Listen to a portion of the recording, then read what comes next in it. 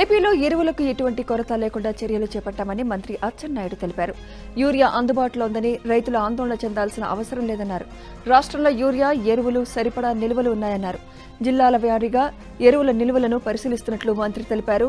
కలెక్టర్లు, వ్యవసాయ అధికారులతో ప్రతిరోజు సమీక్ష నిర్వహిస్తున్నట్లు అచ్చెన్నాయుడు వివరించారు.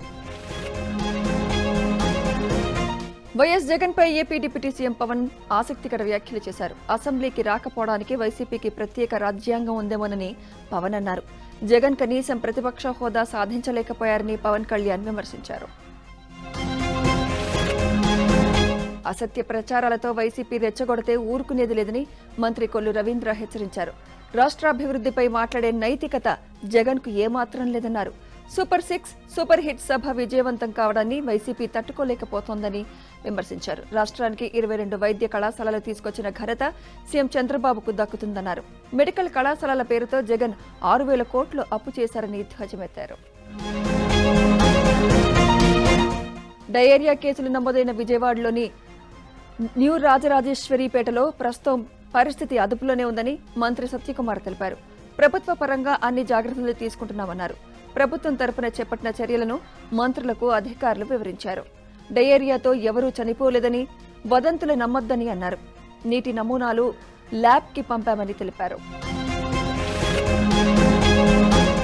ఎన్టీఆర్ నుంచి కూటమి పాలన వరకు మహిళలకు అధిక ప్రాధాన్యత ఇస్తున్నామని స్పీకర్ అయ్యన్న పాత్రుడు అన్నారు. అనకాపల్లి జిల్లా నర్సీపట్నం మున్సిపాలిటీ మార్కెట్ యార్డులో లబ్ధిదారులకు స్పీకర్ స్మార్ట్ రేషన్ కార్డులు అందజేశారు. స్వర్గీయ ఎన్టీఆర్ ఆనాడే రేషన్ షాపులు స్థాపించి ₹2కే కిలో బియ్యం పథకం ప్రవేశపెట్టారని గుర్తు చేశారు. ఎన్టీఆర్ ఆశీర్వాదంతోనే అన్ని రంగాల్లో అభివృద్ధికి పునాదులు పడ్డాయన్నారు. ప్రకాశం జిల్లా అద్దంకిలో మంత్రి గొట్టిపాటి రవికుమార్ సుడిగాలి పర్యటన చేశారు. గ్రామంలోని జిల్లా పరిషత్ హైస్కూల్లో విద్యార్థులకు 210 సైకిళ్లను ఉచితంగా అందజేశారు. అనంతరం అద్దంకి మున్సిపల్ కార్యాలయంలో ఏర్పాటు చేసిన ప్రజా ఫిర్యాదుల పరిష్కార వేదికలో పాల్గొని అర్జీలు స్వీకరించారు. అర్హులైన 218 మందికి చెక్కులు, 5గురికి ఎల్ఓసి పత్రాలు అందజేశారు. తిరుమల పవిత్రతను దెబ్బతీసేలా అసత్య ప్రచారం చేస్తున్న వైసీపీ నేతలపై టీటీడీ బోర్డు సభ్యుడు భానుప్రకాష్ రెడ్డి ఆగ్రహం వ్యక్తం చేశారు. టీటీడీపై ఫేక్ ప్రచారాలు చేస్తే కఠిన చర్యలు తీసుకుంటామని భానుప్రకాష్ రెడ్డి హెచ్చరించారు. టీటీడీ బోర్డుపై రోజు ఏదో ఒక ఫేక్ ప్రచారం చేస్తున్నారని మండిపడ్డారు. సోషల్ మీడియాలో వచ్చే అసత్య ప్రచారాలను భక్తులు నమ్మొద్దని భానుప్రకాష్ రెడ్డి విజ్ఞప్తి చేశారు. టారిఫ్ల పేరుతో భయపట్టాలని, లొంగతీసుకోవాలని ఎవరు ప్రయత్నించినా వారి ఆటలు సాగమని, దేశంలోని రైతుల ప్రయోజనాలను కాపాడటమే ప్రధాని మోదీ లక్ష్యమని కేంద్ర సహాయ మంత్రి భూపతిరాజు శ్రీనివాస్ వర్మ అన్నారు. పశ్చిమ గోదావరి కన్వెన్షన్ హాల్లో ఏర్పాటు చేసిన అక్వా ఎక్స్ ఇండియా ఎగ్జిబిషన్ను ఆయన సందర్శించారు. దేశంలోని 20 రాష్ట్రాల నుంచి ఏర్పాటు చేసిన 85 స్టాళ్లను ఆయన పరిశీలించారు. ఇలాంటి ప్రదర్శనలను రైతులు ఉపయోగించుకోవాలని ఆయన అన్నారు. ఏపీ లిక్కర్ స్కామ్ కేసులో నిందితుల రిమాండ్ను విజయవాడ ఏసీబీ కోర్టు మరోసారి పొడిగించింది. ఈ నెల 18 వరకు రిమాండ్ పొడిగించడంతో నిందితుల్ని జైలుకు తరలించారు. వైసీపీ ఎంపీ మితిన్ రెడ్డిని రాజమండ్రి సెంట్రల్ జైలుకు తీసుకెళ్లారు. విజయవాడ కోర్టు దగ్గర మరోసారి చెవిరెడ్డి భాస్కర్ రెడ్డి హడావుడి చేశారు. మద్యం కుంభకోణంలో తన పాత్ర లేదని చెప్పుకొచ్చారు.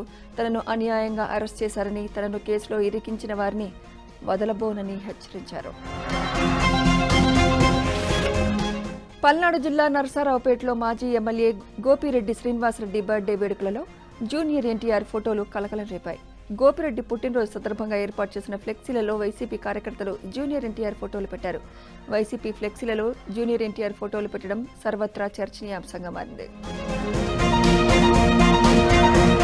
విశాఖలో క్రూయిజ్ అకాడమీ ఏర్పాటు చేసిన ఫుడ్ ఫెస్టివల్ను నగర పోలీస్ కమిషనర్ ప్రారంభించారు.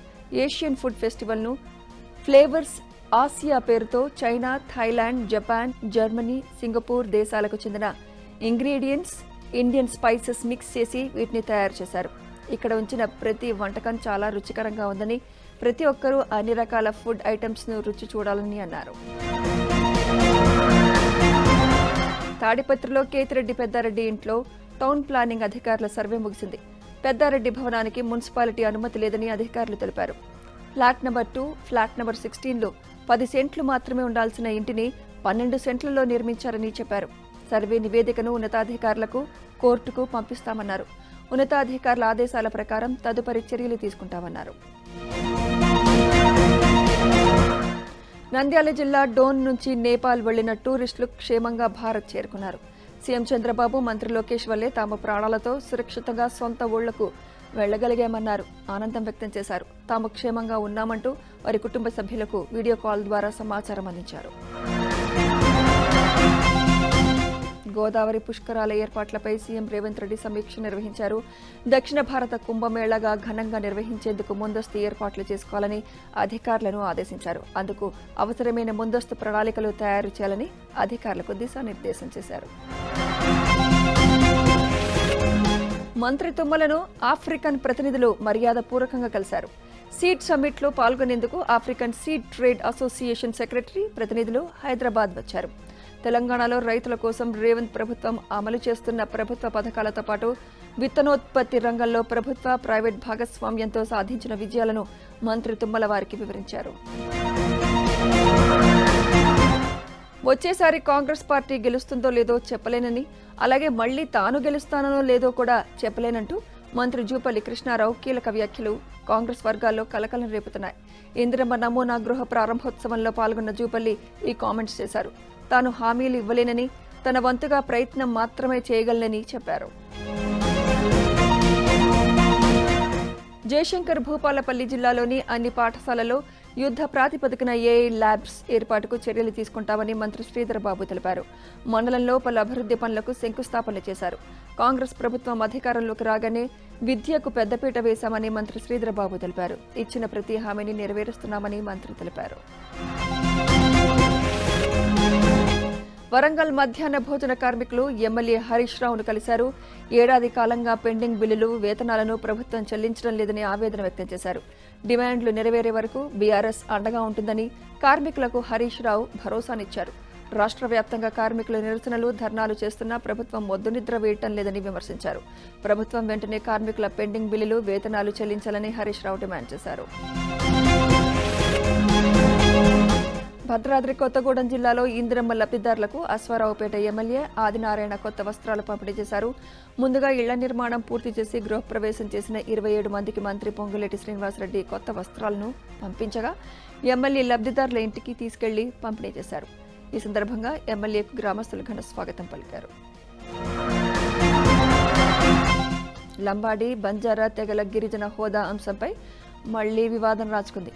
గతంలో పలుమార్లు అధికారిక గుర్తింపు లభించినప్పటికీ తాజాగా సుప్రీంకోర్టులో మళ్లీ సవాళ్లు ఎదురవుతున్నాయని ఆందోళన వ్యక్తమవుతోంది. ఈ నేపథ్యంలో ఈ నెల 19న ఇందిరా పార్క్ వద్ద లంబాడీల ఆత్మగౌరవ సభ నిర్వహిస్తున్నామని, ఈ సభను విజయవంతం చేయాలని మాజీ ఎంపీ సీతారాం నాయక్ విజ్ఞప్తి చేశారు. ఉస్మానియా యూనివర్సిటీలో ఈ నెల 27న జరగనున్న నాన్ టీచింగ్ ఉద్యోగ సంఘాల ఎన్నికలకు సంబంధించి నాన్ టీచింగ్, టెక్నికల్, ఎన్జీఓస్ ఉద్యోగ సంఘాల నాయకులు పోటాపోటీగా నామినేషన్లను దాఖలు చేశారు. ముక్కోణపు పోటీలో భాగంగా 9 పోస్టులకు 3 ప్యానెల్స్ నుండి 27 మంది అభ్యర్థులు నామినేషన్ దాఖలు చేశారు. 27న ఎన్నికలు నిర్వహించనున్నారు. జూబ్లీహిల్స్ ఉప ఎన్నికల్లో మున్నూరు కాపు నేతకు టికెట్ ఇవ్వాలని డిమాండ్ చేస్తూ మున్నూరు కాపు నేతలు గాంధీభవన్ ముట్టడికి యత్నించారు.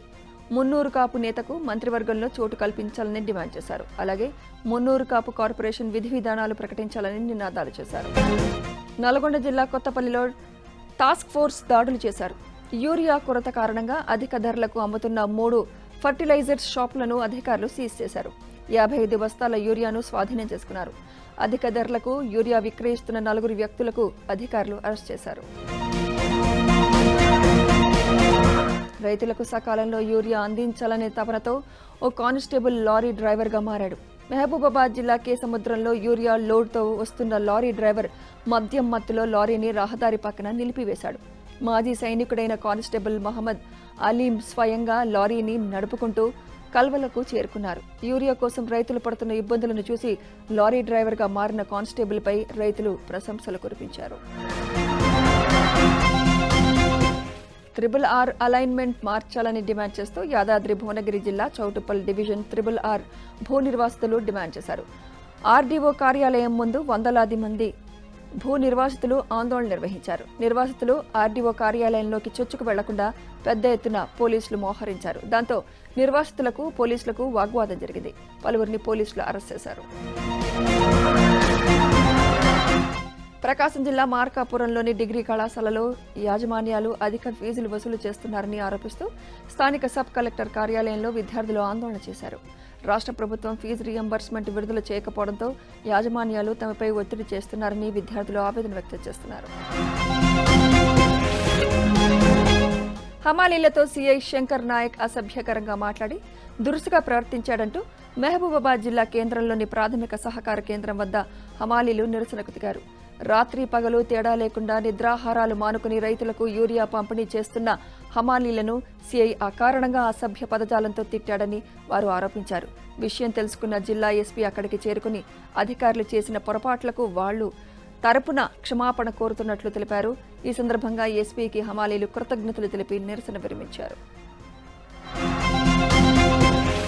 క్వారీలో బాంబ్ బ్లాస్టింగ్ వల్ల పంట పొలాలు దెబ్బతింటున్నాయని పెద్దపల్లి జిల్లా బొంపల్లి గ్రామ రైతులు ఆందోళన చేపట్టారు. క్వారీల్లో జరుగుతున్న బాంబ్ బ్లాస్టింగ్ వల్ల తమ పంటలకు నష్టం కలుగుతోందన్నారు. భారీ శబ్దాలు, దుమ్ము కారణంగా పంటలు ఎండిపోతున్నాయని రైతులు ఆవేదన వ్యక్తం చేస్తున్నారు. పంట నష్టానికి పరిహారం చెల్లించాలని రైతులు డిమాండ్ చేస్తున్నారు.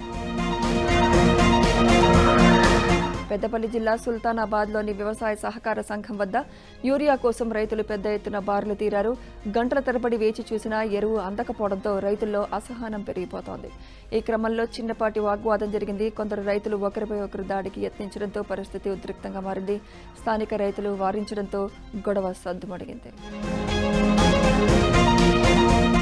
కర్నూలు జిల్లా ఎమ్మిగనూరులోని ఓ ప్రైవేట్ నర్సింగ్ హోంలో దారుణం జరిగింది. వైద్యం వికటించి గర్భిణి మృతి చెందిన ఘటన కలకలం రేపింది. మంత్రాలయానికి చెందిన పార్వతిని రెండో కాన్పు కోసం ఎమ్మిగనూరులోని ఓ ప్రైవేట్ నర్సింగ్ హోంకి తీసుకొచ్చారు. డెలివరీ చేస్తామని థియేటర్లోకి తీసుకెళ్లారు. మత్తింజెక్షన్ ఇచ్చిన కాసేపటికే మహిళకు ఫిట్స్ వచ్చిందని వెంటనే అదోనికి పంపించారు. అక్కడికి తీసుకెళ్లిన కాసేపటికే గర్భిణి మృతి చెందింది. దాంతో ఆమె బంధువులు ఆందోళన చేపట్టారు. భద్రాద్రి కొత్తగూడెం జిల్లాలో విద్యుత్ సిబ్బంది ప్రాణాలకు తెగించి విధులు నిర్వహించారు. ప్రజలకు విద్యుత్ అంతరాయం రాకుండా ఉండేందుకు తెగించి విద్యుత్ పునరుద్ధరణ పనులు పూర్తి చేశారు. 15 అడుగుల మేర నీటిలో ఉన్న స్తంభాలను ఎక్కి 5 కిలోల బరువున్న ఇన్సులేటర్లను బిగించారు. వీరి సాహసంపై విద్యుత్ అధికారులతో పాటు మండలంలో ప్రజలు ప్రశంసించారు. కేంద్ర ఆర్థిక శాఖ మంత్రి నిర్మలా సీతారామన్ తిరుమల శ్రీనివాసుని దర్శించుకున్నారు. శ్రీవారి దర్శనార్థం కుటుంబ సభ్యులతో కలిసి తిరుమలకు చేరుకున్న నిర్మల స్వామివారి అభిషేక సేవలో పాల్గొని శ్రీవారిని దర్శించుకున్నారు. అనంతరం శ్రీవారి తీర్థ ప్రసాదాలను స్వీకరించారు. తిరుమలలోని తరిగొండి వెంగమాంబ అన్నప్రసాద సముదాయంలో కేంద్ర మంత్రి నిర్మలా సీతారామన్ అన్నప్రసాదాన్ని స్వీకరించారు. శ్రీవారి దర్శనం కోసం తిరుమలకు చేరుకున్న నిర్మలా సీతారామన్ మధ్యాహ్నం భక్తులకు అన్నప్రసాదాలు వడ్డించారు. అనంతరం కుటుంబ సభ్యులతో కలిసి అన్నప్రసాదాన్ని స్వీకరించారు.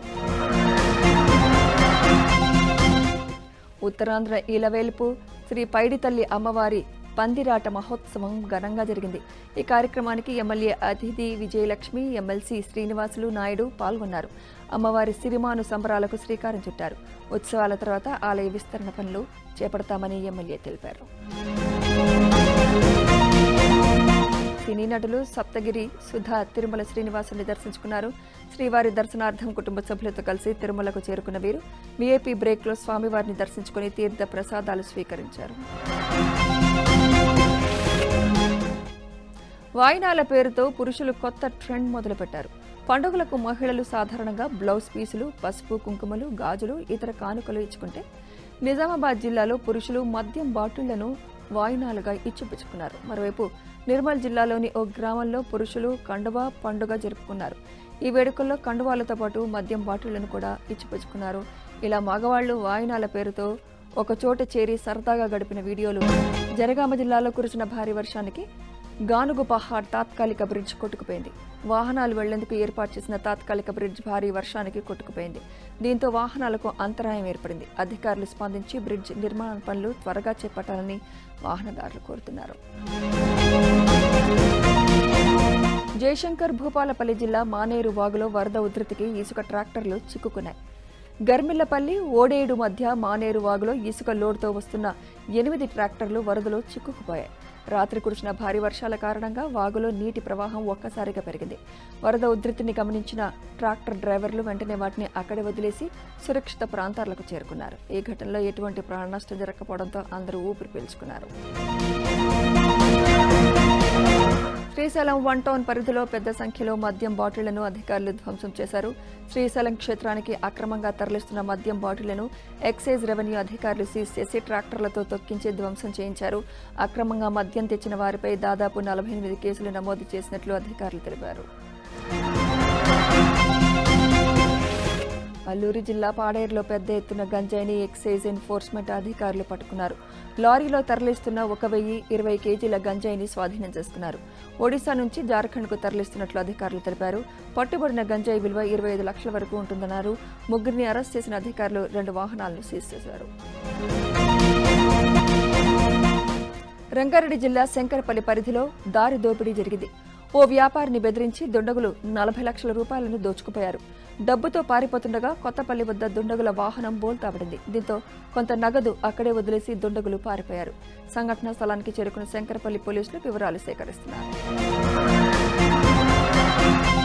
అనంతపురం జిల్లా కళ్యాణదుర్గంలోని ఈరన్నస్వామి ఆలయంలో దొంగలు చోరీకి యత్నించారు. ఆలయంలోకి చొరబడి హుండీలోని నగదును ఎత్తుకెళ్లారు. దీనిపై ఆలయ కమిటీ సభ్యులు పోలీసులకు ఫిర్యాదు చేశారు. పోలీసులు ఆలయానికి చేరుకుని హుండీలోని నగదును లెక్కించి 80,000 ఉన్నట్లు తెలిపారు. చోరీ సమయంలో చుట్టుపక్కల వారు కేకలు వేయడంతో దొంగలు హుండీలోని చిల్లర నగదును మాత్రమే ఎత్తుకెళ్లారని పోలీసులు తెలిపారు. నల్గొండలోని ఓ ట్రైనింగ్ సెంటర్లో మహిళలకు లైంగిక వేధింపులు కలకలం రేపాయి. మహిళలతో కలిసి ట్రైనర్ డాన్స్ చేసిన వీడియోలు వైరల్గా మారాయి. శిక్షణ ముగిసి సర్టిఫికేట్స్ అందించే వరకు వేధింపులకు పాల్పడినట్టు బాధితురాలు ఆరోపిస్తున్నారు. ఓ బాధితురాలి కుటుంబ సభ్యులకు విషయం తెలియడంతో అతడికి దేహశుద్ధి చేశారు. నంద్యాల జిల్లా వెలిగోడు శివార్లో ట్రాక్టర్ ట్రాలీ బోల్తా పడింది. ట్రాలీలో పొలం పనులకు వెళ్తున్న 14 మంది కూలీలు ఉండగా గురులక్ష్మీదేవి అనే మహిళా కూలీ మృతి చెందగా పలువురికి గాయాలయ్యాయి. క్షతగాత్రులను వెంటనే ప్రథమ చికిత్స అనంతరం నంద్యాలకు తరలించారు. అనంతపురం జిల్లా బెలుగుప్ప మండలం నక్కలపల్లి దగ్గర ఆర్టీసీ బస్సు అదుపు తప్పి బోల్తా పడింది. ఈ ఘటనలో 14 మందికి గాయాలయ్యాయి. వీరిలో 2 పరిస్థితి విషమంగా ఉంది. క్షతగాత్రులను ప్రభుత్వ ఆసుపత్రికి తరలించారు. రాయదుర్గం నుండి అనంతపురం వెళ్తుండగా ప్రమాదం చోటు చేసుకుంది. బస్సు కండిషన్ సరిగ్గా లేదని డ్రైవర్ చెప్పినప్పటికీ అదే బస్సును ఇవ్వడంతో ప్రమాదం జరిగినట్లు సమాచారం. కర్నూలు జిల్లా కోడుమూరులో ఏపీ మోడల్ స్కూల్ విద్యార్థులపై తేనెటీగలు దాడి చేశాయి. మధ్యాహ్న భోజనం తర్వాత క్లాస్ రూంలోకి వెళ్తున్న విద్యార్థులపై స్కూల్ ప్రాంగణంలో తేనెటీగలు ఒక్కసారిగా దాడి చేశాయి. ఈ ఘటనలో 100 మంది విద్యార్థులు గాయపడ్డారు. వెంటనే స్కూల్ ప్రిన్సిపల్ స్పందించి విద్యార్థులను ప్రభుత్వ ఆసుపత్రికి తరలించి చికిత్స అందించారు. హైదరాబాద్లో మ్యాట్రిమోనియల్ మోసం కేసును సైబర్ క్రైమ్ పోలీసులు ఛేదించారు. మ్యాట్రిమోనీ ద్వారా చాట్ చేసి ముఠా సభ్యులు మోసాలకు పాల్పడుతున్నట్లు గుర్తించారు. ఇన్స్టాగ్రామ్లో ఖూబ్సూరత్ రిష్తే ఐడి ద్వారా ఫోటోలు వాడి డబ్బులు వసూలు చేసినట్లు గుర్తించారు. ఓ బాధితుడి నుంచి 25 లక్షల రూపాయలు కేటుగాళ్లు కాజేశారు. ప్రధాన నిందితురాలు అనిసా యాసిన్ను పోలీసులు అరెస్ట్ చేశారు. మరో నిందితురాలు జోహర్ ఫాతిమా పరారీలో ఉన్నట్లు తెలిసింది. భారత నూతన ఉపరాష్ట్రపతిగా సిపి రాధాకృష్ణన్ ఇవాళ ప్రమాణ స్వీకారం చేశారు. రాష్ట్రపతి ద్రౌపది ముర్ము ఆయనతో ప్రమాణం చేయించారు. ఈ కార్యక్రమంలో ప్రధాని నరేంద్ర మోదీతో పాటు కేంద్ర మంత్రులు అమిత్ షా, రాజ్నాథ్ సింగ్, నితిన్ గడ్కరీ తదితరులు, ఏపీ ముఖ్యమంత్రి Chandrababu Naidu, AP deputy CM Pawan Kalyan పాల్గొన్నారు. బీహార్ అసెంబ్లీ ఎన్నికల వేళ కాంగ్రెస్ బీజేపీ మధ్య మాటల తూటాలు పేలుతున్నాయి. ప్రతిపక్ష కాంగ్రెస్ ఓట్ల చోరీ జరిగిందంటూ బీహార్తో పాటు జాతీయంగానూ పోరాటం చేస్తోంది. ఈ నేపథ్యం ఓట్ల చోరీపై ప్రధాని మోదీని తల్లి హీరాబేన్ తిడుతున్నట్లు ఏఐ వీడియో వైరల్ అవుతోంది. దీనిపై బీజేపీ తీవ్ర స్థాయిలో మండిపడింది. కాంగ్రెస్ అన్ని హద్దులు దాటిపోయిందని, రాహుల్ గాంధీ అహంకారానికి ఇది నిదర్శనమంటూ ఆగ్రహం వ్యక్తం చేసింది. మణిపూర్లో అల్లర్ల తర్వాత ప్రధాని మోదీ తొలిసారి పర్యటనకు వెళ్తున్నారు. జిల్లాలో 8,500 కోట్ల విలువైన ప్రాజెక్టులకు సంబంధించి ప్రధాని మోదీ ప్రారంభోత్సవాలు, శంకుస్థాపనలు చేయనున్నారు. ప్రధాని మోదీ మణిపూర్లో ఎందుకు పర్యటించడం లేదో చెప్పాలంటూ విపక్షాలు ప్రశ్నిస్తున్న సమయంలో మోదీ పర్యటనపై ఆసక్తి నెలకొంది. బాలీవుడ్ గ్లామర్ నటి కరిష్మా శర్మ ఆసుపత్రి పాలయ్యారు. ముంబైలో ఓ సినిమా షూటింగ్ స్పాట్కు వెళ్తున్న సమయంలో కదులుతున్న రైలు నుంచి దూకేయడంతో గాయపడ్డారు. హుటాహుటిన ఆసుపత్రికి తరలించి చికిత్స అందిస్తున్నారు. సినిమా షూటింగ్కు చీర కట్టుకుని వెళ్లిన సమయంలో ముంబై ట్రైన్ ఎక్కినట్లు కరిష్మా శర్మ తెలిపారు. తన స్నేహితులు మిస్ కావడంతో వాళ్లు ఎక్కలేదనే భయంతో రైలు నుంచే దూకేశానంటూ సోషల్ మీడియాలో పోస్ట్ చేశారు. స్వల్ప గాయాలతో ప్రస్తుతం చికిత్స తీసుకుంటున్నారని తెలిపారు. అవినీతిని అరికట్టేందుకు అల్బేనియా కీలక నిర్ణయం తీసుకుంది. అల్బేనియాలో ఏఐ మంత్రిని నియమిస్తున్నట్లు ఆ దేశ ప్రధాని రమా ప్రకటించారు. సాంప్రదాయ దుస్తుల్లో అచ్చం మనిషిలా కనిపించే ఈ మహిళ ఏఐ మంత్రి డియోల్లా పేరును పెట్టారు. 95% ప్రభుత్వ సేవలను ఈ ఏఐ మంత్రి పర్యవేక్షిస్తారని తెలిపారు.